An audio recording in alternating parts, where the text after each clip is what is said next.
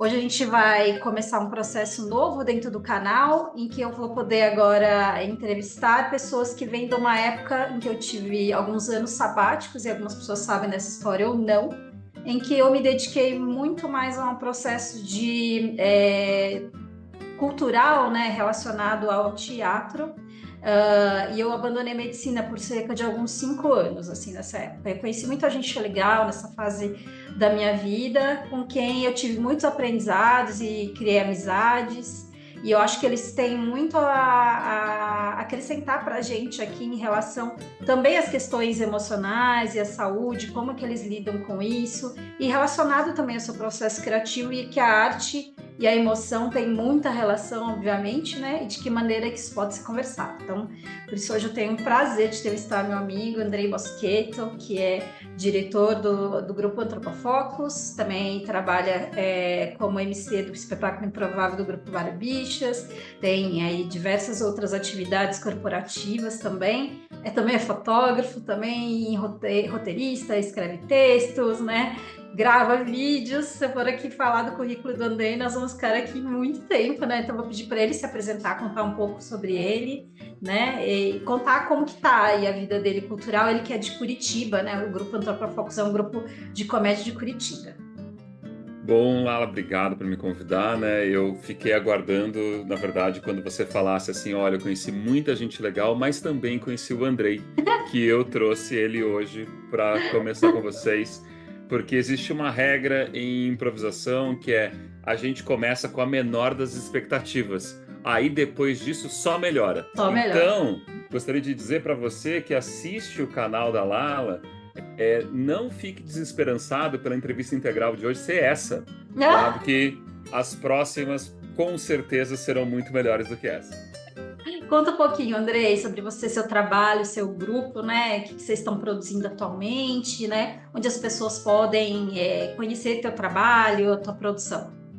Bom, então, como a Lala já falou, meu principal local de trabalho ainda é Curitiba, né? Apesar de que eu circulo bastante pelo país inteiro trabalhando. Meus focos de trabalho normalmente são teatro e improvisação, com algumas incursões para vídeo, ou pouquíssimas incursões para cinema. A gente, nesse momento, dentro do Antropofocus, que é um grupo que faz uma pesquisa há 24 anos dentro de comédia, a gente está criando um espetáculo novo, que é o projeto A Evolução do Oi, em que a gente fala para as pessoas sobre como a comunicação humana foi mudando de acordo com o tempo, de acordo com o espaço. E a gente fala sobre o aspecto tecnológico, sobre o aspecto político e como a gente está sem nenhum medo de ser cancelado, a gente fala até do aspecto religioso e vamos lá, vamos tomar essas pedradas que a gente vai tomar, porque a gente está aqui para isso. Você encontra o meu trabalho é só procurar o sobrenome Mosqueto, que para infelicidade dos meus parentes eu peguei. E daí agora talvez tenha algum parente meu, algum primo que é advogado ou alguma pessoa que é de alguma área de muita importância que precisa de credibilidade e quando as pessoas vão procurar essa pessoa encontram o meu vídeo de bunda de fora. Eu queria dizer, primo, foi mal, era um carnaval muito louco, então mil desculpas. Tá certo, Andrei. Eu queria que você contasse um pouco, né, como que funciona o processo criativo dentro da comédia e qual a relação das suas emoções com esse processo criativo, né? Agora você falou um pouco do processo criativo de um espetáculo, né? Como Uhum. surge, por exemplo, a ideia de desenvolver um espetáculo sobre comunicação, né? Qual foi o gatilho criativo para isso e como as suas emoções são inseridas dentro do processo criativo? Olha, vou te contar um pouco do nascimento, vou te contar um pouco sobre as coisas dessa semana, inclusive, desse momento que a gente está do processo criativo. Então, o Antropofocus, há muito tempo lida sempre com questões que sejam ligadas a, o nome tem esse nome chique, né, de Antropofocus, de foco no ser humano, e a gente sempre vai de projeto a projeto, tentando ir para um lugar em que a gente não explorou antes. Bem numa tentativa artística de não se repetir, de tentar trazer alguma coisa que seja absolutamente nova para a gente, porque a gente tem demandas de trabalhos que chamam a gente para fazer aquilo que a gente já sabe, coisas que a gente já conhece, coisas que a gente tem algum nível de domínio. Então, o trabalho dentro do Antropofocus é de se basear naquilo que a gente já tem domínio e ir para lugares que ainda não foram alcançados por nós. Às vezes lugares, inclusive, em que a gente teme falhar, ou que a gente teme não ter sucesso, e a gente transformou o Antropofocus nesse oásis da nossa experimentação, com um ponto só que a gente riscou a linha embaixo, a gente vai ter que falar comicamente sobre isso. Então, nós somos um grupo que defende que comédia pode falar de todos os assuntos e não como uma desculpa para ofender os outros, como normalmente as pessoas falam que a comédia pode falar de tudo e eles só querem uma desculpa para ser preconceituosos, misóginos, homofóbicos e etc. Mas comédia pode falar de tudo no sentido de que, para que a gente possa refletir sobre um assunto qualquer que seja ele, a gente pode falar pelo viés cômico. A evolução do Oi vem de um projeto que nasce da nossa vontade de falar sobre a mudança da história do mundo e a mudança da tecnologia para conversar com pessoas, né? Eu vou dar um exemplo assim, a Lala, para mim, eu considero a Lala irmã não sanguínea, né? Ela por acaso nasceu em outro útero, mas nós somos siameses que foram separados de alguma forma em algum momento. E ela é uma irmã da qual a única oportunidade que eu estou tendo de contato humano com ela nos últimos tempos é através ou disso aqui, dessa reunião, ou até mesmo de telas de celular. Então, o quanto que as coisas se alteraram e como as pessoas foram alteradas por esse uso de tecnologia. A gente começa, na verdade, dos tempos remotos, a gente faz uma série de cenas, inclusive falando sobre do momento primitivo, da invenção dos gestos, né? A gente fez uma sketch da invenção do gesto humano mais antigo de todos os tempos. Se você online não sabe qual é o gesto mais antigo, você não quer pesquisar em algum lugar, esse aqui é o gesto mais antigo. Eu estou escondendo alguma coisa atrás desses dedos aqui, que eu não vou revelar o que é, porque senão o algoritmo derruba o vídeo da Lala.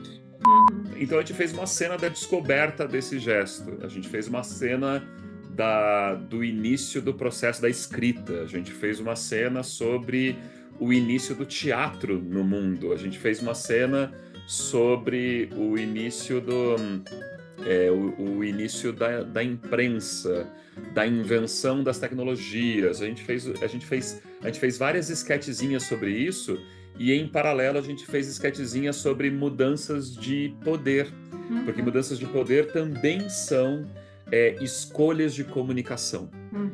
Quando a gente tem quando a gente fala, por exemplo, em algum momento a gente fala sobre descoberta do Brasil no espetáculo. E daí a questão toda mas espera, isso não é sobre a evolução de comunicação, né? Isso não falou sobre isso. E a gente fala que fala sim, porque pelo fato de que a gente foi descoberto pelos portugueses, a maneira como as pessoas do território que hoje em dia se considera Brasil falam foi absolutamente alterada por uma decisão política. Então, pela gente brincar com isso, a gente pode abordar temas até como manipulação de informação de notícias, manipulação política para notícias, falta de contato humano na comunicação. E a gente então pegou um tema super abrangente e nesse momento a gente está no desespero de tentar selecionar quais são os tópicos que a gente vai falar. E é claro que isso causa para um criador todos os desesperos do mundo. Porque eu adoraria que eu tivesse o poder mágico de ter escrito uma peça de teatro magicamente e eu ter levado para o meu grupo e eu ter chego para eles assim, gente, olha o que a gente vai fazer. E daí, na minha fantasia emocional, eu vejo as pessoas lendo o texto e fazendo incrível. Uhum. Nossa, que ótimo. Só que esse não é o Antropofocus. O Antropofocus é Uhum. composto por um grupo de artistas críticos, de artistas bastante experientes. Então, você pega a sua ideia, joga dentro do moedor de ideias e alguma coisa vai sair do outro lado modificada. Porque Uhum. todo mundo, não só os 4 integrantes do grupo, né, que atualmente a formação do Antropofocus é a Anne Selle, o Marcelo Rodrigues, o Edran Mariano e eu, não só os 4 membros, os 4 do núcleo do grupo, mas todos os artistas que foram convidados para participar desse projeto, seja a nossa figurinista, o cenógrafo, o diretor de vídeo, a a iluminação quem que eu estou esquecendo aqui?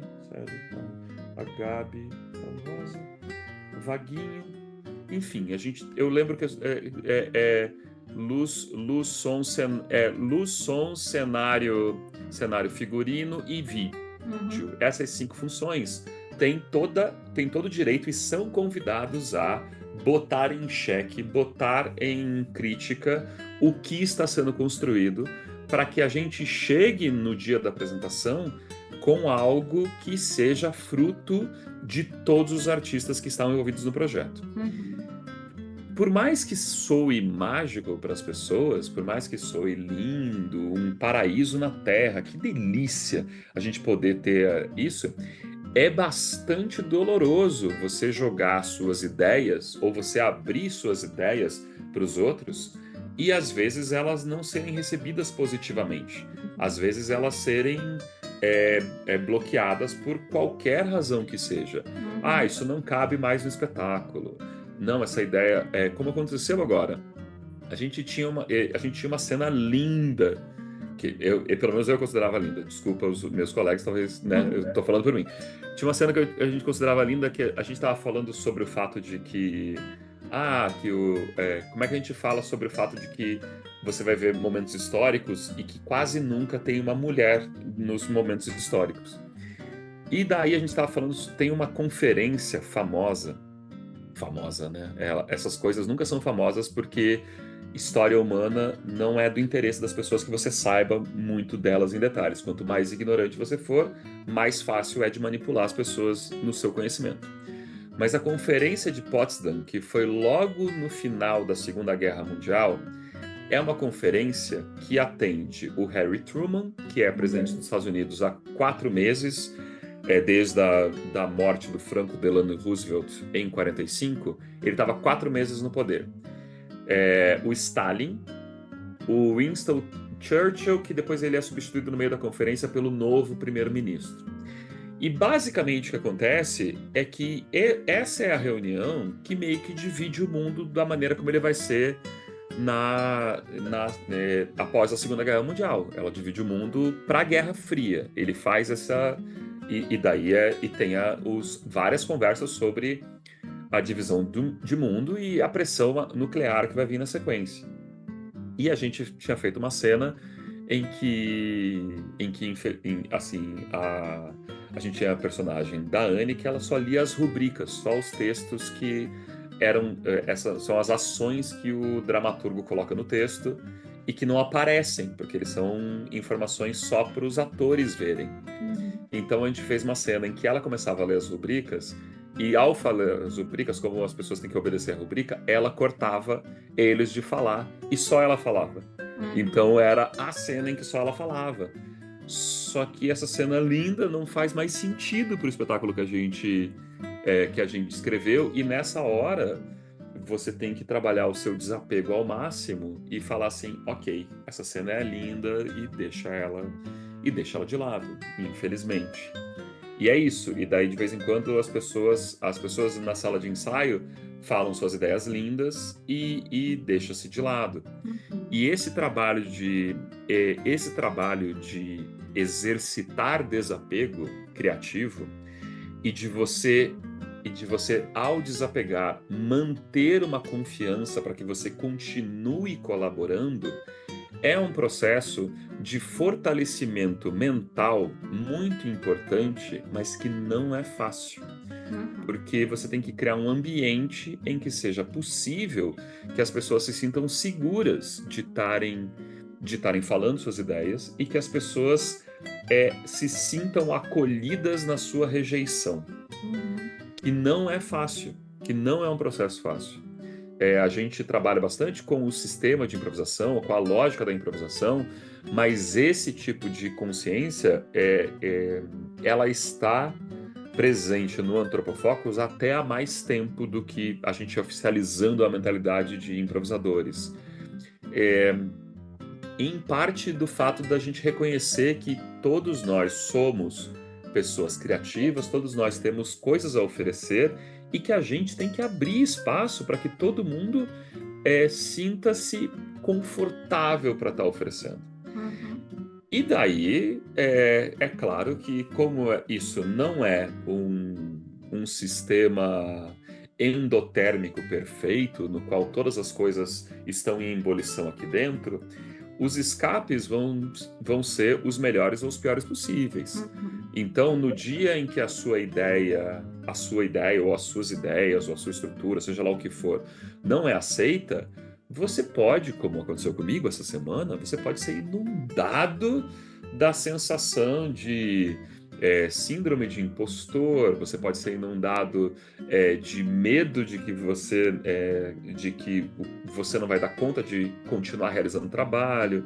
Você tem uma série, e quando a gente ainda pensa sobre a gente, né, que faz parte de pensadores progressistas, que gostaria de que os espetáculos teatrais levassem coisas progressistas para frente, às vezes a gente entra na noia profunda de que como é que a gente não está dando conta de falar de gênero, de raça, de povo originário, de yellowface, de corrupção. Como é que a gente não está dando conta de falar de ecologia? Como é que a gente não está dando conta? E não dá conta, né? A gente não consegue dar conta das mil demandas. E para o nosso desespero, né? Porque às vezes a gente não se sente intitulado a falar, para o nosso desespero, pessoas muito mais ignorantes e pessoas que não têm informação se sentem absolutamente livres para falar.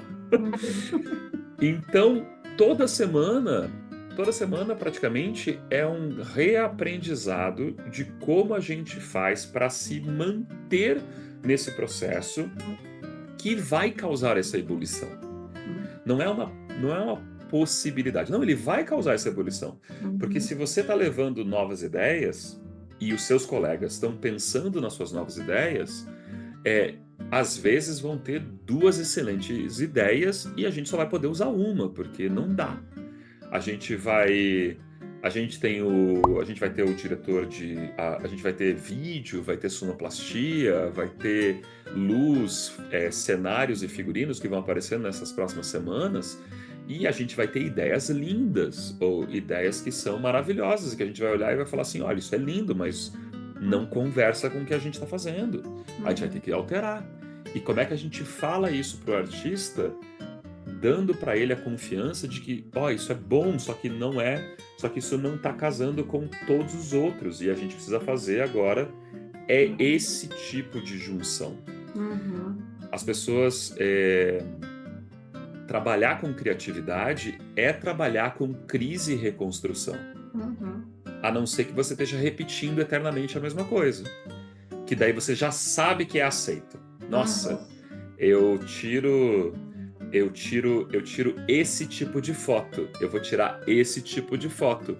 E daí é claro que você sabe que você vai ser aceito, porque você já teve a crítica positiva em relação a fazer sempre isso.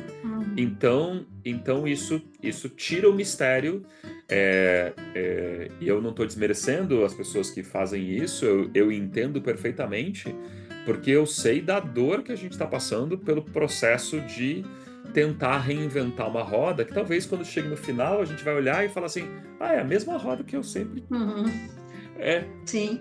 Mas para a gente faz muito sentido a gente se colocar num ambiente em que esse tumulto aconteça. Uhum. E ainda bem, esse é um agradecimento público, né?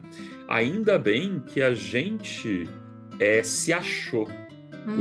os antropofóbicos. Uhum. Ainda bem que a gente se achou para a gente conseguir abraçar um ao outro na hora que isso acontece, para que a gente Uhum. possa continuar na semana que vem. Sim, ter um respeito, né? Porque Pelas suas opiniões diversas, assim, né? e não é fácil você Uhum. encontrar esses parceiros, Uhum.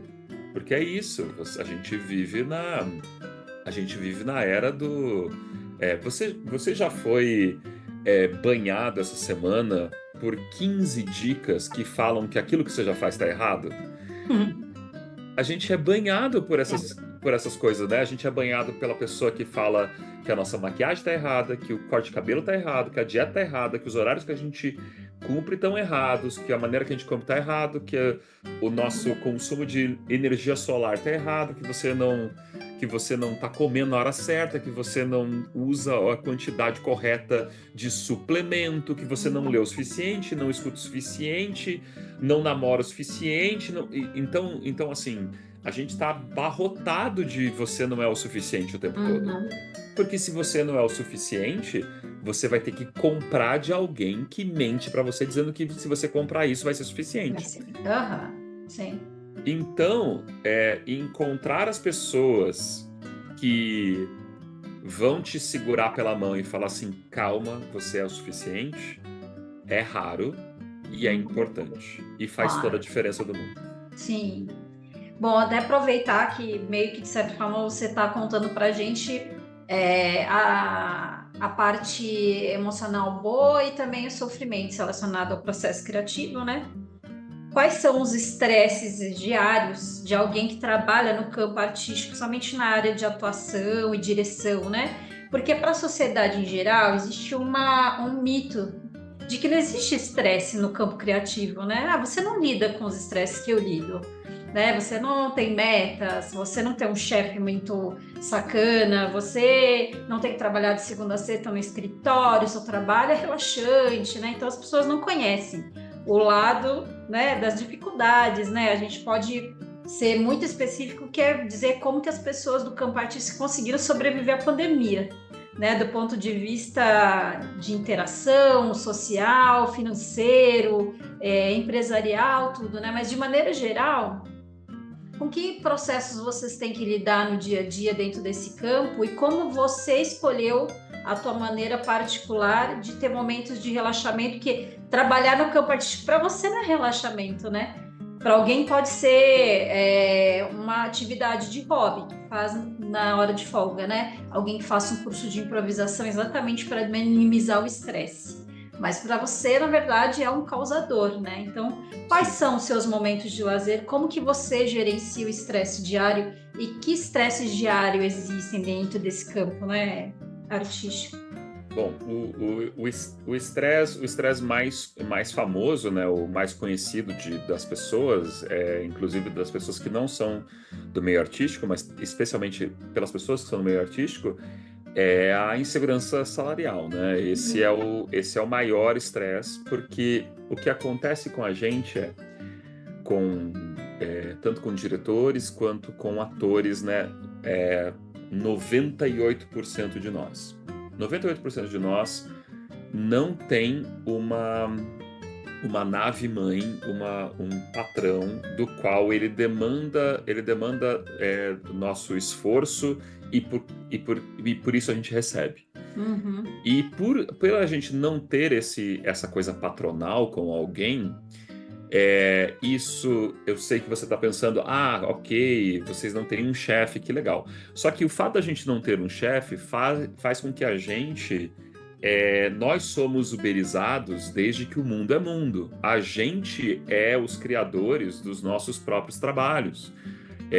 E às vezes o que acontece muito com os atores e com os diretores é que eles têm que fazer metade da sua vida é trabalho, metade é networking, de você ficar o tempo todo conversando com produtores, com mecenas, com pessoas que apoiam cultura, com produtores, com produtoras, com pessoas que poderão poderão oferecer o seu próximo salário.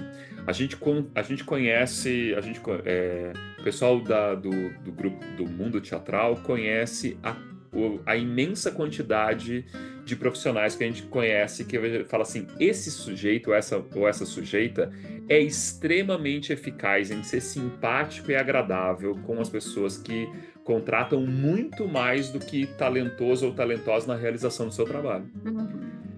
E esse é um outro ponto que como não é matemático, o que a gente oferece nunca tem um resultado matemático, tanto é que toda e qualquer premiação, seja Oscar, Shell, Gralha Azul, que é o prêmio aqui do Paraná, qualquer prêmio, ele é assim, eu sei que o objetivo dele é positivo, né, que é dar notoriedade, mas ele é sempre um show de hipocrisia, porque a gente não consegue medir.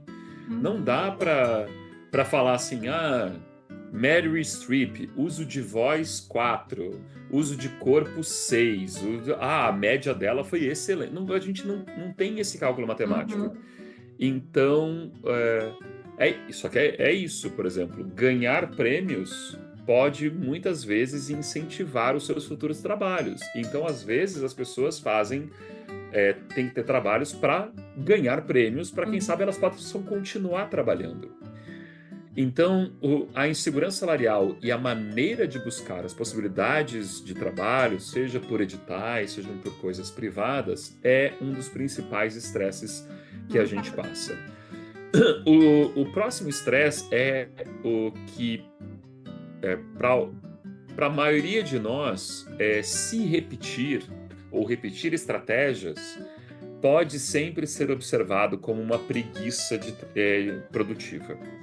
Então, isso quer dizer que se você aprendeu na sua linha de trabalho que você fazendo isso aqui funciona, para a maioria de nós artistas cênicos, a gente tem que tentar, inclusive, tomar um extremo cuidado de que a gente fazia isso e agora a gente não faz mais.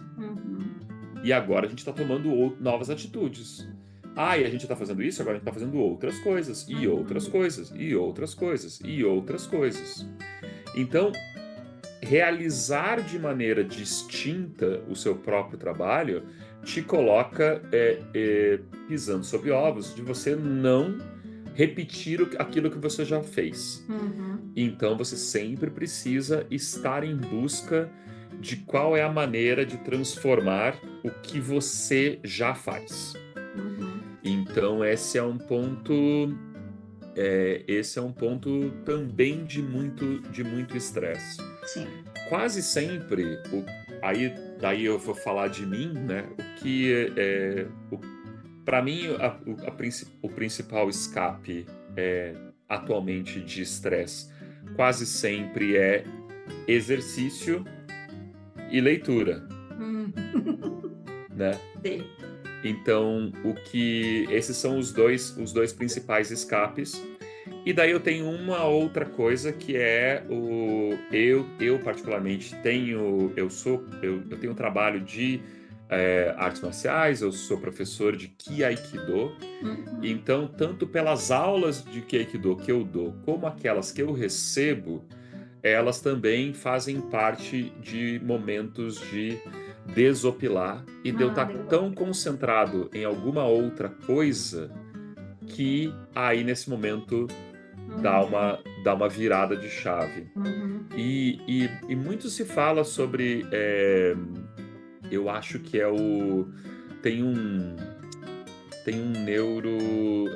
neurocientista que ele chama Andrew Huberman.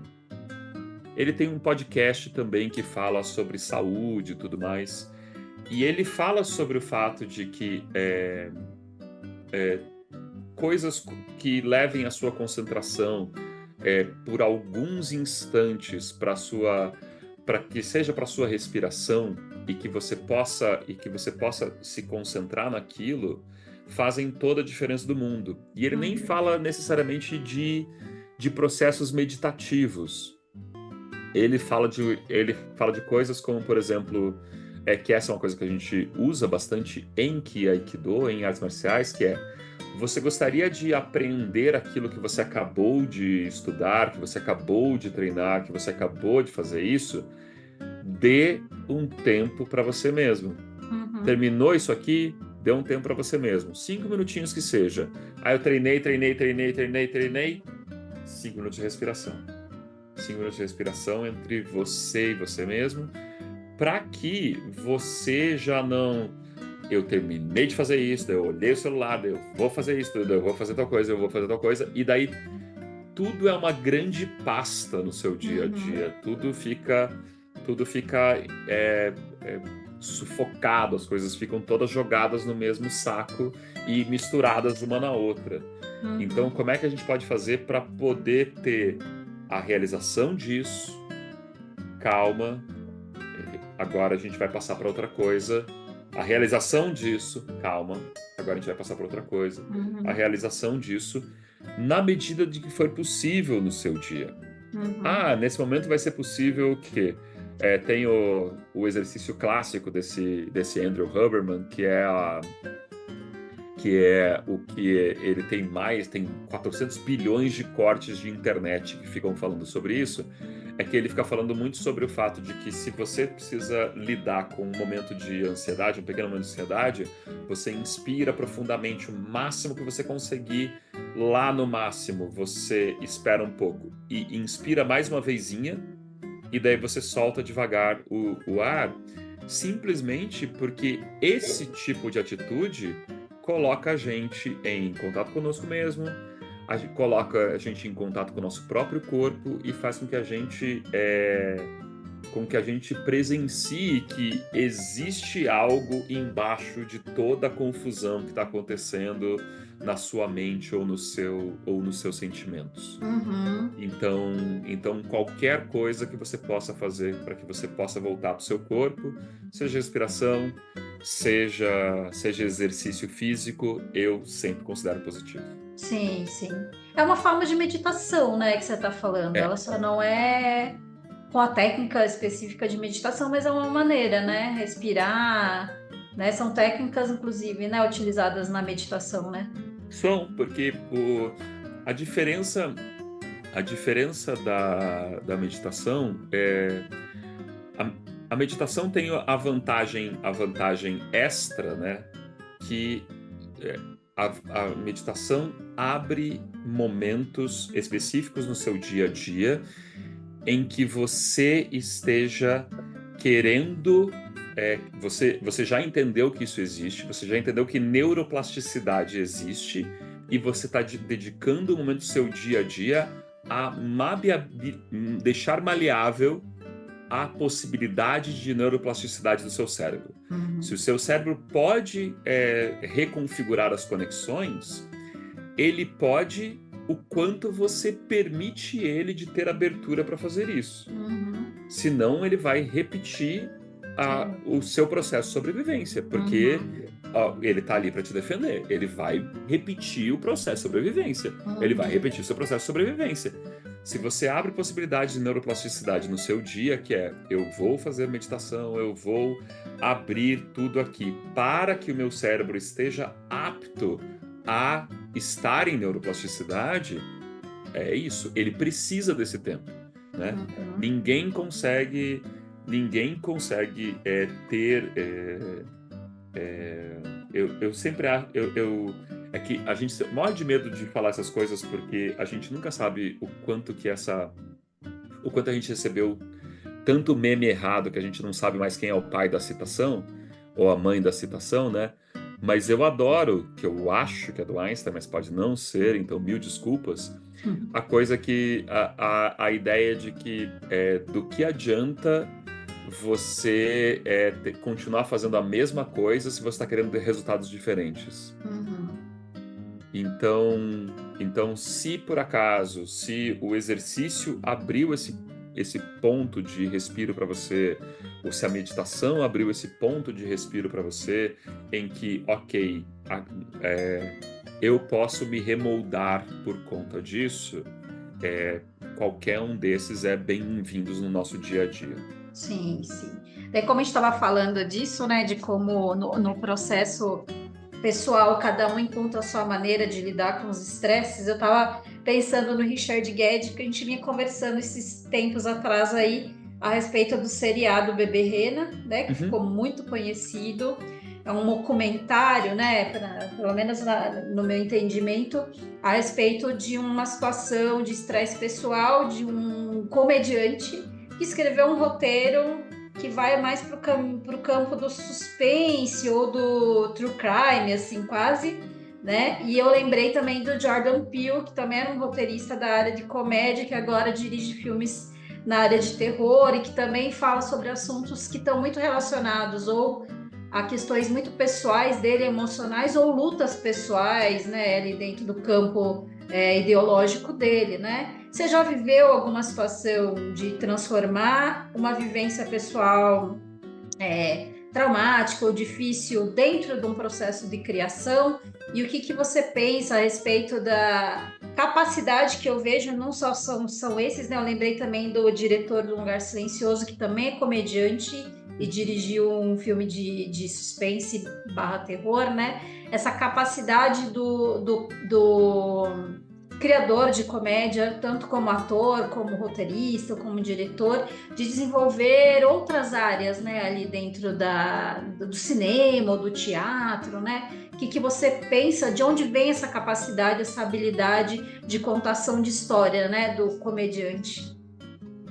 Eu acho que a principal característica de comediante, né, que eu acho que facilita muito na questão de contação de histórias, é que, como a gente foi acostumado desde muito cedo a não se levar a sério e a poder mostrar um lado nosso de absoluta fragilidade, não importa qual é a história na qual eu vou ter que contar isso, eu estou aberto a expor a fragilidade deste momento. Uhum. Então eu acho que isso facilita muito o trabalho de migrar para outras coisas. Uhum. E o fato também de não...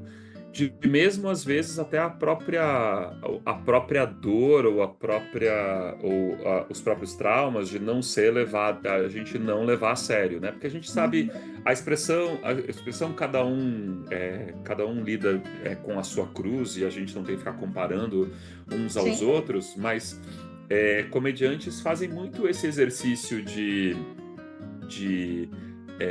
olhar com um certo cinismo, né, a sua própria dor ou a dor das outras pessoas, para poder, inclusive, tentar ver isso por outros prismas. E nesse acostumado de olhar por outros prismas, mora bastante da habilidade de narrativa, de você falar assim, puxa vida, essa história merece ser contada assim. Porque ela pode ser cômica, mas espera, e se não fosse? E se fosse assim? Eu acho, por exemplo, eu sou da opinião que Bebê Rena é um baita seriado de comédia.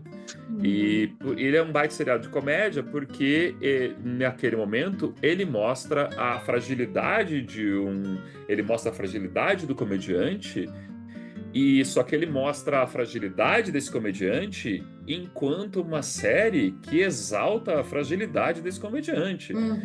Então, uma pessoa que se leve muito a sério não daria conta de fazer isso, porque qualquer hora você tava falando assim, pera, o que eu tô fazendo aqui? Eu tô vendendo as coisas que eu sofri? Não, é bobagem. O que eu sofri vale para contar a história. Então é um baita de uma história de comédia. Das experiências pessoais, a única que me veio à memória, assim, a curtíssimo prazo, a experiência pessoal que a gente passou, que nem foi nossa, né? A gente estava no ano de 2019 fazendo um espetáculo chamado Justo Hoje. E ele era um espetáculo que tinha algumas características do que a gente ia falar e de como a gente ia falar, o que a gente queria falar, que tudo acontecia num prédio, né, no mesmo prédio, e eram as pessoas dos andares do prédio, e daí a gente não sabia o que a gente ia fazer com os andares do prédio. E de repente, o que acabou acontecendo foi que em agosto de 2019, numa apresentação lá num teatro da Caixa, eu acho que não era em Curitiba, era em outra cidade, os Clowns de Shakespeare, que é um grupo importante do Brasil, eles sofreram uma censura clara e descarada. E de repente a gente falou assim: olha só, a gente está voltando a viver períodos de censura no Brasil. Uhum. E junto com isso veio uma porrada na boca do estômago, que foi o disco amarelo do Emicida. Essas duas coisas chegaram juntas num processo de ensaio que acabou com a gente. A gente ficou acabado. Uhum. E daí, de repente, tudo que a gente queria falar, a gente queria falar de comédia, que era super engraçado e coisa e tal, a gente começou a falar a gente mudou a temática do espetáculo. A gente mudou e a gente ficou assim, a gente nunca mais voltou com esse espetáculo em cartaz depois do Covid, e a gente sempre acha que a gente vai ter que alterar várias coisas, mas o que acontece no espetáculo No Justo Hoje, tem um corpo caindo lá fora e as pessoas só estão se importando com elas mesmas. Então é isso, tem gente morrendo lá fora e as pessoas só estão se importando com elas mesmas.